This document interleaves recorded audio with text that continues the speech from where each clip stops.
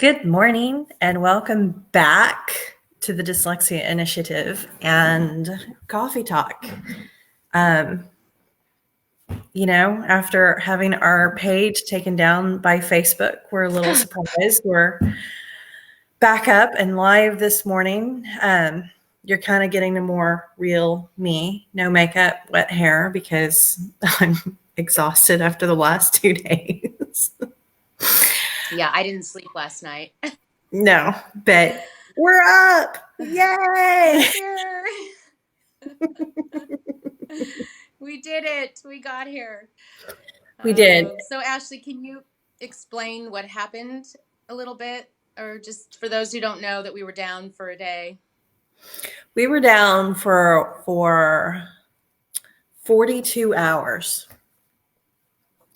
So on Thursday morning at 4 a.m., the admins of the Dyslexia Initiative, we all got notifications and then emails saying that we had violated Facebook community standards, and therefore our page was unpublished while they reviewed, and we could protest. So when we discovered it at 6 a.m., we protested right away. And 3 hours later, the page was deleted. No warning, no message, no nothing. Our page was deleted from Facebook. And let me just say, this is like a baby to you, Shantae and Julie. It is. So talk about a mama bear moment. You lost, for a moment there, you lost everything that the three of you had worked so hard to create for over a year. I felt the devastation for you, of just that. It was like a kick in the stomach for me. I can't even imagine what you all felt like.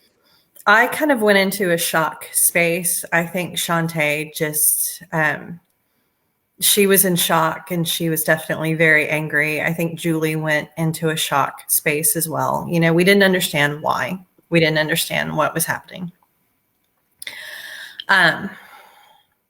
We haven't violated any community standards. We don't engage in hate speech. We don't bully people. We don't sell people's information when they subscribe to our website. We don't purchase. I don't even know how you would purchase a list of followers on Facebook. So it was all distressing, and it was very, very crazy. But thanks to Facebook, we were able to actually, reach out to a very specific person at Facebook and write. Cousin John. I have to give a shout out to Cousin John, because without my cousin, my dear, dear Cousin John, giving us a little bit of extra help there, I don't know that we would have gotten it back so quickly. So I really have to give an extra thanks to him. But because of Cousin John, we were allowed to submit a written protest, and Facebook re-reviewed our page, and they decided that we indeed had not violated a single community standard. And last night, after I went to bed, because I fell asleep on the sofa last night. I know, I noticed that. Yeah. Facebook restored our page. And so today, here we are. We're back. Our page is completely restored. We didn't quite lose everything, because we had our Twitter presence was still there. Our web page was still there. Our Instagram, our Pinterest accounts, those were still there. But we just lost the Facebook connection. And since this is kind of our primary platform for where we share information and post and, do these lives. And we've got a lot of stuff coming up, like webinars and different series and stuff like that. We were kind of going, what are we going to do? But it's back up, and here we are. And you were going to host Dyslexia Coffee Talk for us this morning on silver linings. And I don't know what's kind of going on with this particular application that we use in order to do Coffee Talk, but it wasn't letting me connect to silver linings this morning. But fortunately, because the Dyslexia Initiative is back up and running, we're on the Dyslexia Initiative this morning.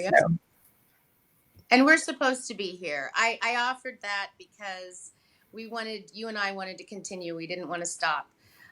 because we really feel passionate about sharing information. So I was happy, actually. It was a little bit of a mix this morning trying to get it all figured out, but truly happy that it's where it's supposed to be. Yeah. So that's wonderful. Yes. Yeah. So I slept late. Yeah. So my hair is wet. And I didn't sleep at all. I know. So my hair is wet, so I'm going to keep playing with it because it's driving me nuts. So I apologize in advance for that. But anyway, so today we're going to talk about a really important topic, and I'm not going to pretend to even remotely have the level of knowledge that Enid has. So this is Enid's going to be sharing the bulk of the information with us today, but there is a distinct difference, correct, between phonological and phonemic awareness. And people get the terms confused. They use them interchangeably when they can't be used interchangeably. They are two very distinct things. Is that correct? I think your yes. And oh no. Keep talking though. I can hear you. Your camera just froze. Okay. So yes, it's very important that we have. Uh-oh. And I have to say, your voice is freezing too. We're having lots of technical issues this morning. So there you are. There you are. Okay, start. Okay, hopefully I don't freeze again. Okay, so it is a very important distinction. And when I first started working with teachers and training teachers with a master's degree in, are you still there? I am. A master's degree in speech pathology and audiology, and a strong understanding of the language system and the sound system, I started doing reading trainings for my teachers in my district. And when I started doing this, teachers would say, well, what's the difference between phonemic awareness and phonological awareness? And I would let them know, the difference. And there was so much confusion. And even I had confusion over really truly how to explain it, how to explain that phonological awareness is the awareness that language is broken into smaller parts. And phonemic awareness is the awareness that words are broken into individual phonemes. So during the time when I was trying to help teachers, I feel really weird actually that you're not here with me. I keep talking, but I'm not sure if we're even on. I'm going to pause this. I think we're going to have to do this again. Uh-oh. We lost Enid. Uh-oh. So I apologize now. We really are. We're having a lot of technical difficulties this morning with cameras and audio connections and everything, but we're still on. Hopefully she's able to rejoin us pretty quickly. If not, I will stop this broadcast and we will come back online as soon as we're able to resolve these technical issues. So let's give her another couple seconds. While we wait, a couple of questions are coming in. Why did Facebook delete our page? What did they think that we did? So the notification that we got was I don't know what that was. I have no idea. Is that outside or inside? Outside, I think. So the notification that we got from Facebook was that we had violated community standards. So Facebook has very clear rules when you have a page or a group or you maintain anything like that. They even have community standards for personal profiles. So these are things that you're not supposed to, they're rules you're not supposed to violate. We were accused of violating the rules. Which rules specifically, we do not know, but we were accused of breaking their rules. Our offense was apparently egregious enough that they decided that they would delete our page. But we, I think she's coming back. But in the meantime, we were able to protest because we had not, in fact, violated any of the community standard rules. And Facebook agreed. Nope, we lost her again. Facebook agreed, and yay, there you are. Oh my gosh, it worked. I didn't think it would work on my I'm back on my computer. It wouldn't work on the computer earlier when we tried, so I went to the iPad and the iPad freezes. So we're back. You were failed. What happened?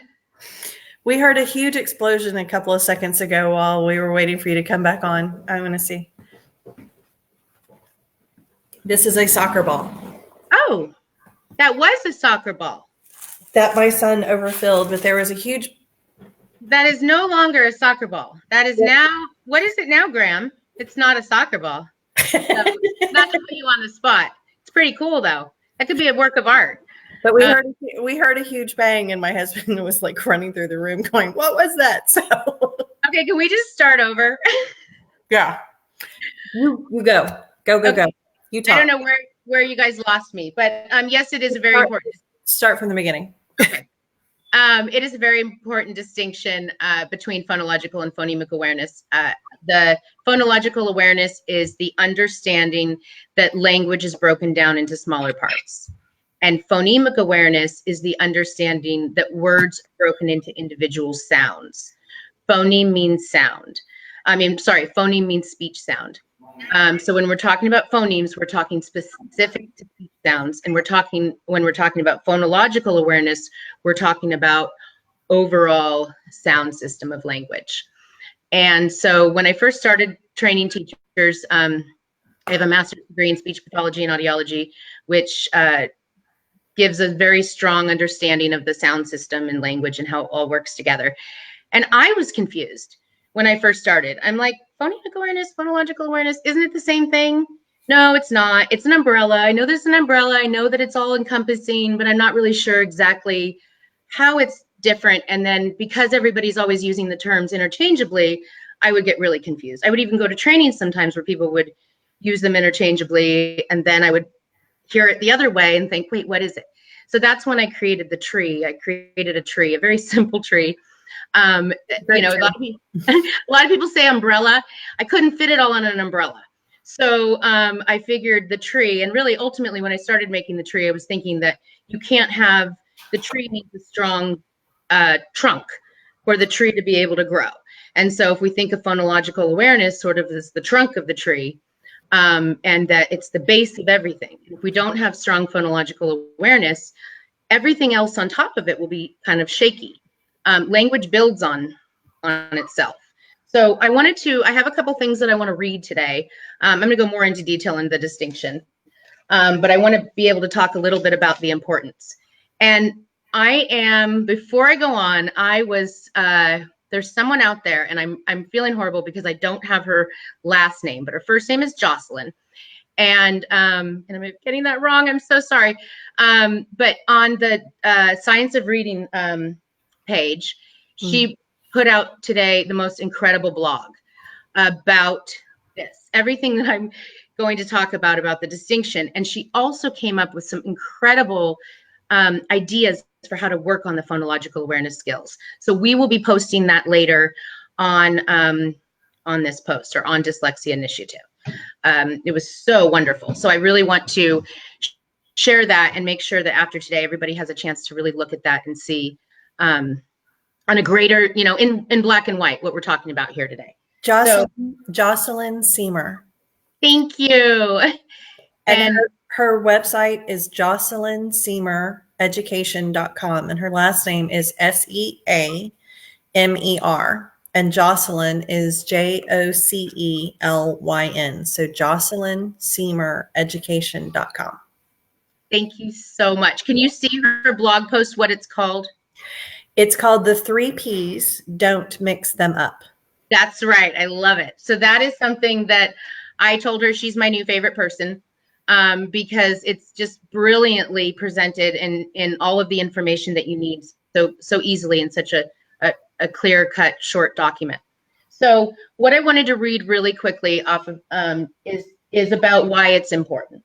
Mm-hmm. So in a longitudinal study of 65 children between the ages of 4 and 7 was conducted by Bryant, McLean, Bradley, and Crossland in 1990.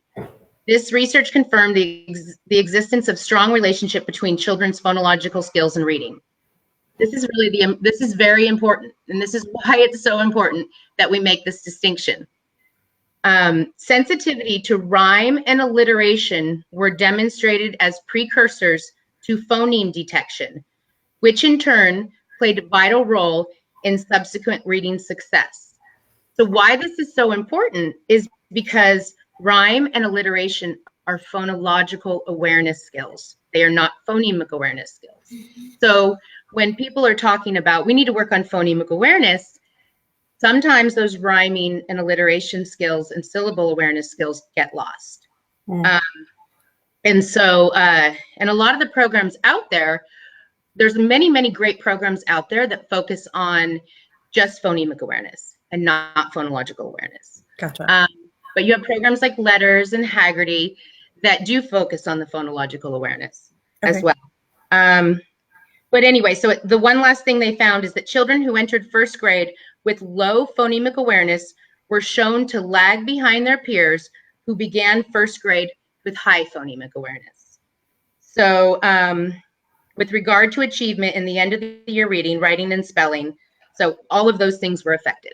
Reading, writing, and spelling. If they had higher levels, if they had stronger there they reference phonemic awareness skills. So it is very important that in kindergarten, these skills are being worked on. And then first grade and second grade, there's different levels that need to be worked on. Okay. So one of the most important things at the kindergarten level is that the most basic level of phonological awareness is listening and perception. So we take for granted that kids come to school knowing how to listen, right? So I know, we are, I mean, there's adults who don't necessarily always know how to listen.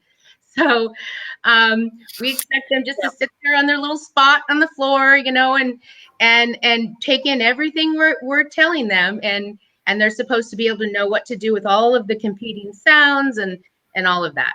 Yeah. So no, we need to teach it. And so to go back to when we're talking about Orton Gillingham, I want to clarify something. Orton Gillingham is not a program. It's not ever a program. Orton Gillingham is a methodology. Orton Gillingham is good teaching. If one were to have a master's degree in speech pathology, they already are Orton Gillingham trained, because everything we do in the field of speech pathology is explicit, multisensory, systematic, that sort of thing. So it's important to remember for everyone out there who's confused, and for parents who are confused, we need an Orton Gillingham program. It has to be an Orton Gillingham program. Everyone, all teachers everywhere should be using Orton Gillingham principles, because it's just good teaching. So when we are teaching listening and perception, it's important that we teach it explicitly, just like anything else. Explicit teaching is so important. And by explicit teaching, things are explained very clearly and very specifically. One of the things that I've noticed with my students with dyslexia is they don't always respond well to gimmicks. So if here's a perfect example for me as a dyslexic. So if I was taught the vowel team, the first one goes a talking, the second one goes a walking, right? I have to literally think really hard when I say that, which one does the walking, which one does the talking? So that little gimmick, not only does it not help me, it's one added layer of something I have to remember that I don't want to remember. But if someone said to me, when you have two vowels together, you actually say the sound of the first vowel. That's much more helpful than the first one does the talking, the second one does the walking. Yeah. So that's more explicit. So when we get into listening and perception, we explain to the children what listening looks like. I have a chart, it's on my Silver Linings page, that actually shows and it's funny, Mr. Rogers, I just saw the other day, did a whole episode on what it looks like to listen. And he talked to the kids about, you listen with your hands. And so when we listen with our hands, we keep our hands quiet. And we listen. And when we listen with our ears, but we also have to look in the direction of the speaker, and we have to keep our mouths quiet. And we actually have to teach children that when they're talking, they can't listen actively. And so that is why we keep our mouths quiet. So we explain all this to them. We don't just say, oh, you have to be quiet and put your hands in your lap. And make sure you're doing what you're supposed to be doing, we explain why. And we explain how when they do this, they become better listeners and they'll be able to, find the things that they need to find in their environment. Gotcha. I love Mr. Rogers. I know, right? I do a lesson with my students where we go on we're sound sleuths, and we listen for the sounds, and we go looking for the sounds, and really making the kids excited about being an active listener and not just expecting them to be able to listen. So that would be listening perception. Once we feel like we have good, strong, active listeners and they understand what that is, then they can be available to take in the phonological processing, because it is a process. It's not as simple as they hear a sound and they just go, okay, now I know it and I'm going to do something with it. They have to first take the sound in, and then there's an actual process, and then there's a retrieval part too. So it's a very complex, and I'll put on the Dyslexia Initiative a chart too on the different levels of phonological processing. So then we work on alliteration, which, rhyming and alliteration in kindergarten are two things that are really important. And one of the things I really want to share with teachers and parents is that language should be fun, it should be constant, it should be interactive, and it should be natural. So I want to ask you a question there, because, as you're dyslexic and you've been in education for a really long time, you've heard this a lot of times. Our dyslexic kids, they struggle with rhyming. That's supposed to be one of the flags, is our kids are struggling with rhyming. Mm-hmm. But then I've even heard people say our kids aren't going to rhyme. That it's a skill that they're not going to be able to obtain. So can you talk about most ridiculous thing I've ever heard in my entire life? So I've had really well-meaning teachers come to me and say, I have a group of kids, they're just not going to rhyme. I actually had a teacher say to me one time, I heard some kids just never learn to rhyme. Oh gosh, no. That's just that it hurts my heart when I hear that, because rhyming is such a critical core part of the foundation of our language. Rhyming is the rhythm of speech. Rhyming is, the rhythm of language.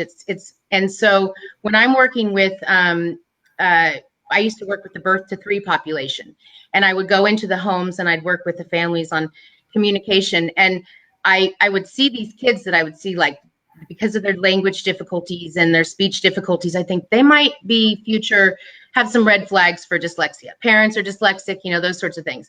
So I would give the parents extra things to work on to help them just build those skills early on, just in case, right?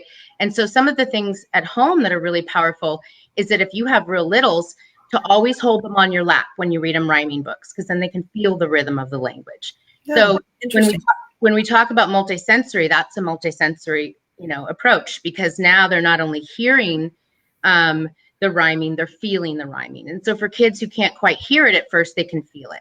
Okay. So, and then the other thing with rhyming or with alliteration or any of these skills is that although I love Haggerty, I love letters, and I love that there's programs out there to help teachers when they don't know what to do, things like rhyming and all of these skills can be done throughout the whole entire day. Once the understanding is known what the skill is, then coming up with ideas to work on it, that's the fun part. That's the part when people say, Louisa Moats has said that, reading is rocket science. Many people will say reading is rocket science, right? And yes, the science of reading and the understanding of learning, that's all rocket science. But teaching phonological awareness skills is not rocket science. Very easy, and it can be done by everybody. So with rhyming, here's an example. So my best friend, when we were kids, used to say, Enid Bobinid, Talasa Gofinid, 2-legged, tie-legged, bow-legged Enid. And I can do it with Ashley. Ashley, Bobashley, Talasa Go Fashly, 2-legged, tie-legged, bow-legged Ashley. So kids love stuff like this, right? And so I'll do that with my students. They, oh my gosh, and we'll do it with all the different names. And that's an example of a fun little rhyme that you could do with your students, when you meet them. Then you can do things like dismissing them for recess. You can say, okay, let's everybody say a word that rhymes with this before you can go to recess. Now, let's say you get the kid who can't rhyme and he has to, say the word that rhymes with that.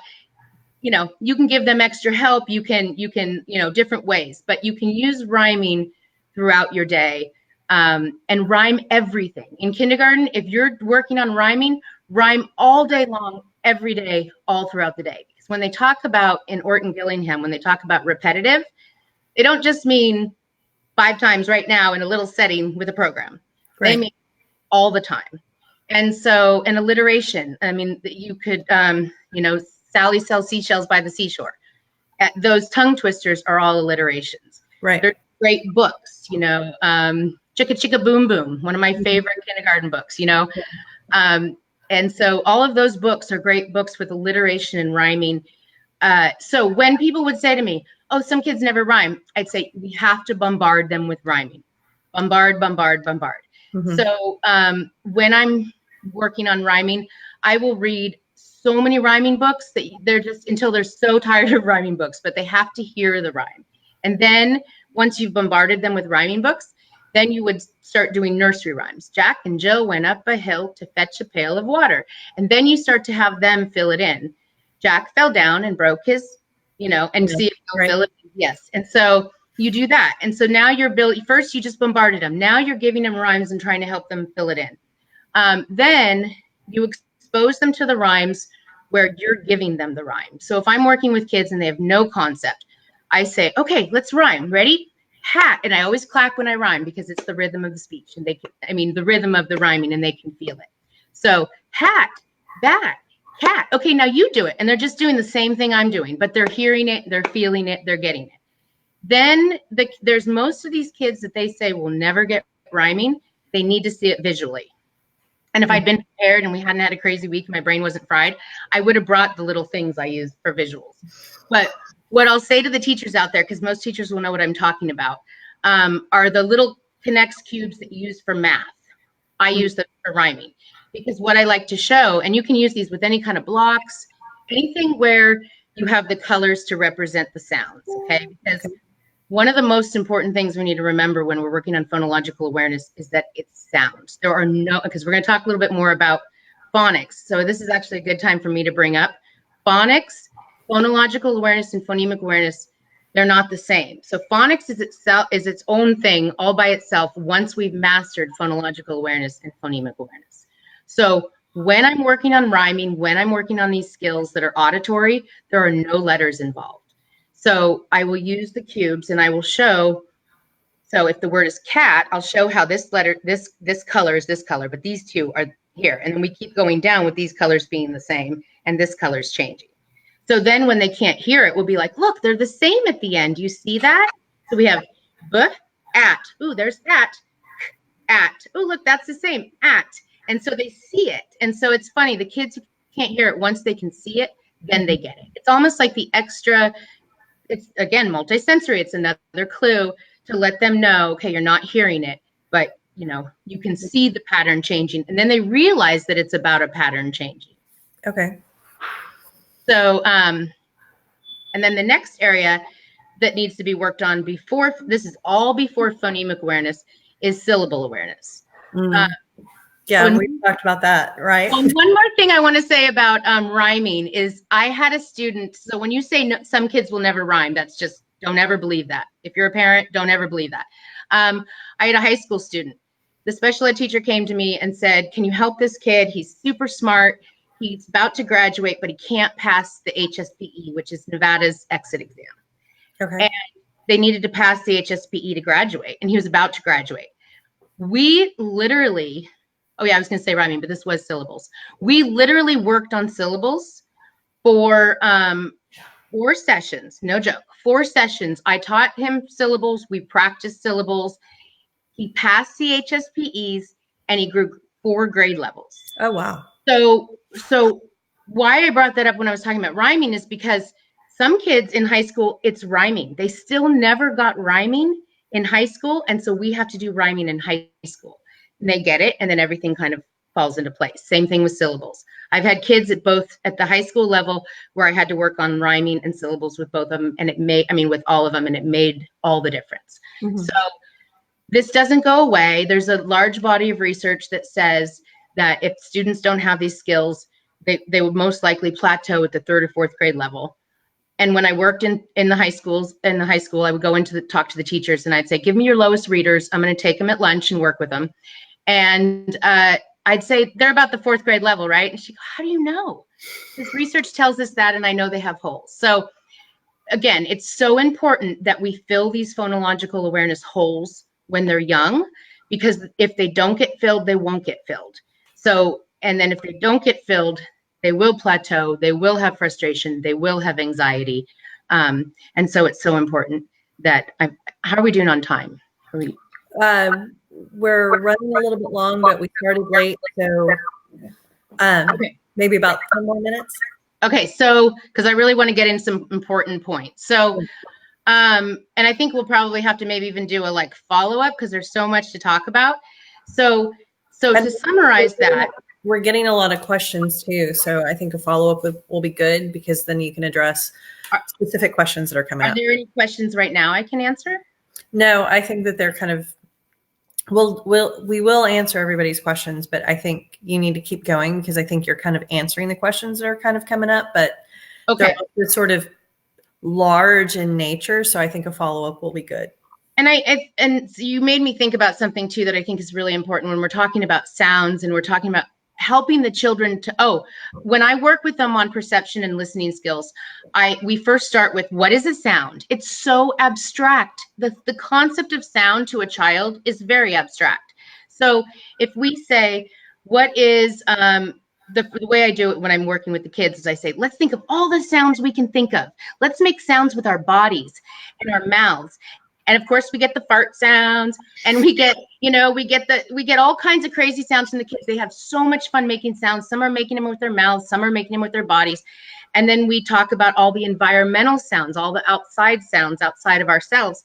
And we compare the, environmental sounds and speech, and our sounds we make with our body, to talk about how there's so many different kinds of sounds. And then we introduce speech sounds. And when we introduce speech sounds, we talk about how we make them with our mouth.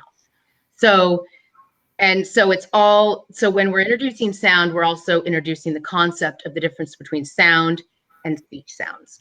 And when we're working on speech sounds, that's a very good example of multisensory, is to talk about what the mouth is doing. And anybody can do this, because it's making the kids aware. And I would say the most important, the one that's the most difficult is there's discrimination between different sounds, so the and the and all of those high frequency sounds, the sh, that all sound the same. Sometimes it's hard for kids to actually discriminate between those sounds. So it's also important that we teach them. Some kids actually need a lot of work with auditory discrimination. So they actually need a lot of work just listening to two different sounds and determining if they're the same or if they're different. So what I want to say about that is then we have to teach the concept of same and different, because we actually will ask kids, are these sound, even when we're doing rhyming, do these sound the same? Do they rhyme? Or, when we're talking about discrimination, we say, do these sound the same? But if kids don't know the concept of same and different, and there's a lot of kids who don't, if you say to a student, how are a cat and a dog the same? A lot of students will say, one has, one barks and one meows. No, that's how they're different. Can you tell me how they're the same? And that can be a very difficult concept for a student sometimes. So sometimes you actually first have to teach the concept of same and different, and then you can work on discrimination. So we have listening perception that's important. We have just auditory discrimination that's important. Then we have those phonological awareness skills that are the underlying skills of everything, and that would be the rhyming, alliteration, and syllable awareness. We were going to go into syllable awareness really quickly.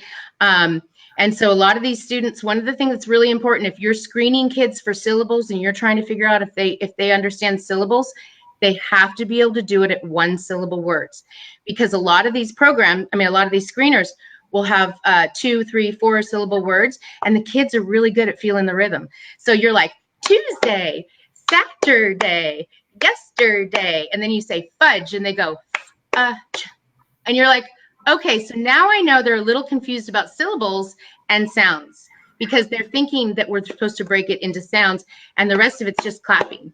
Mm. So you can't truly know if a child is struggling with syllable awareness unless you test it in one syllable words. And then one thing so we're going to move on really quickly because I know I don't have a lot of time. Then the next is phonemic awareness. And phonemic awareness has many levels. But if we're just starting at the basic segmenting level, the ability to break a word into individual sounds, what I get with my kids who struggle with segmentation is a lot of them will do onset rhyme. So a lot of them will say the word is brag, and they'll say brr, ag, or pull, op for plop. So they're not breaking it apart like b, a, g. So I was actually in an IEP the other day, and this child, she's in 7th grade, brilliant, A's and B's, and she's struggling, really struggling and really frustrated at school. So I look at their testing. I actually find it in their phonological awareness assessment that she is struggling tremendously with segmentation. So I said to the team, I said, let's actually think about this logically for a second. I said, if the word is brag and the child is breaking it apart, brr, ag, how can she possibly know to put the letters with the right sounds? How will she know to put a B with b, an R with if she's not even breaking that all apart? Right. So therefore, we cannot expect her to be successful in phonics if she does not have the ability to even break a word into individual parts to be able to map those letters onto those sounds. So that was one more thing. Oh, so they're just, I mean, I was going to give the site of the study, but there's studies that say children will not be able to map the orthographic system, which is phonics, onto the phonological awareness system if the phonological awareness system is not strong. So it's so important that parents know what phonological awareness is, that it can be identified on a FAR, a CTOP, or a GORT, and we can post those. Those are the 3 most common phonological awareness assessments. If you have any concern whatsoever because they're hitting a wall, they're not progressing in phonics, they're not progressing in comprehension, because I'm sorry, people, we can't comprehend if we can't decode. So no more comprehension goals when the children aren't decoding at the level they're supposed to. Every IEP I go to, we don't have phonological awareness goals, but we have comprehension goals. It doesn't make any sense. Of course, they can't comprehend the level we want them to if they're not decoding at the level we want them to. It's a cop-out. We can ask them questions, we can do things with them. And it's not a cop-out because anyone's trying to do anything wrong. It's a cop-out because they don't know and they want to help the student. And they truly feel if they work on comprehension, it's going to help the student. However, there's no way. Based on the whole system of language, if you are really struggling with the foundation, it's not fair to expect you to be able to do something that you can't possibly do. It's a lack of understanding. It's just a complete lack of understanding. However, I see that everywhere I go, that districts will write these comprehension goals and not the phonological awareness goals. So if you request those 3, we're not, You froze for a second. Am I back? There you are. Okay. If you accept those 3 tests, they'll report a score to you. They'll report an average score, below average score. That doesn't mean anything to you. Nothing, nada. Don't listen to the score. What you want is you want the subtests. Right. So you say, I would like to see the subtests of that test, because that's when you're going to find out that your 7th grader doesn't have rhyming. Right. The average score doesn't tell you anything. It just says where they're at. But it actually, so you say, oh, it looks like my student doesn't have rhyming because they got a 2 out of 10 on that one. So let's write a rhyming goal. So this is where it's really important too with goals. And I guess we'll kind of end on this. So we got all the way to phonemic awareness today, as far as it's a part of phonological awareness, and all those other things need to come first. And they're things that teachers can work on throughout their day. And Jocelyn has put some really good ideas in her blog. We will share that. We will share Jocelyn's blog today. Share Jocelyn's blog, and we can also come on and do another show where we just talk about ideas. And so, but the important thing with goals is that, so we look at the phonological awareness subtests, and then we demand that they write goals specifically for those targeted areas of need, no matter what program they have. And by the way, programs should never be put into goals.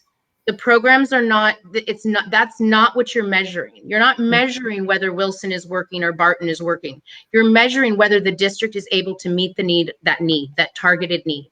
So if the targeted need is rhyming, there needs to be a rhyming goal. Syllables needs to be a syllable goal, as everyone can see. So, it's really simple. If you can look at those subtests and say, I need a goal for this.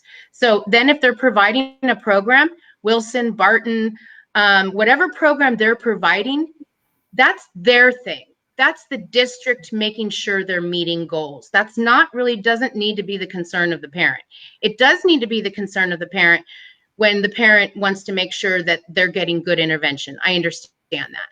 But where the parent has accountability and where the parent's going to make sure that the child's actually going to make progress is not through what program is being administered, but what goals are being met through the program, through whatever method they need to meet it. Right. But let's say, and part of that goes back to what Faith was saying our last coffee talk with, it needs to be prescriptive, which is why you don't want to list the specific program too, because you need to be able to adjust with the needs of the child. Right. Exactly. You need to be able to adjust with the needs of the child. And not every program works for every kid. I've had students who've come to me who've gone through years of Barton and years of Wilson, and I'm not saying anything bad about those programs, but it could have been the teacher that wasn't trained in the program, because we have, and I'm not bashing on teachers, because these districts are sending teachers out to get 3-day trainings on a program that's extensive training. And these the teachers aren't getting the adequate training to be able to feel confident in these programs. So for whatever reason, I have students who go through the programs and still come and need more of an individualized approach.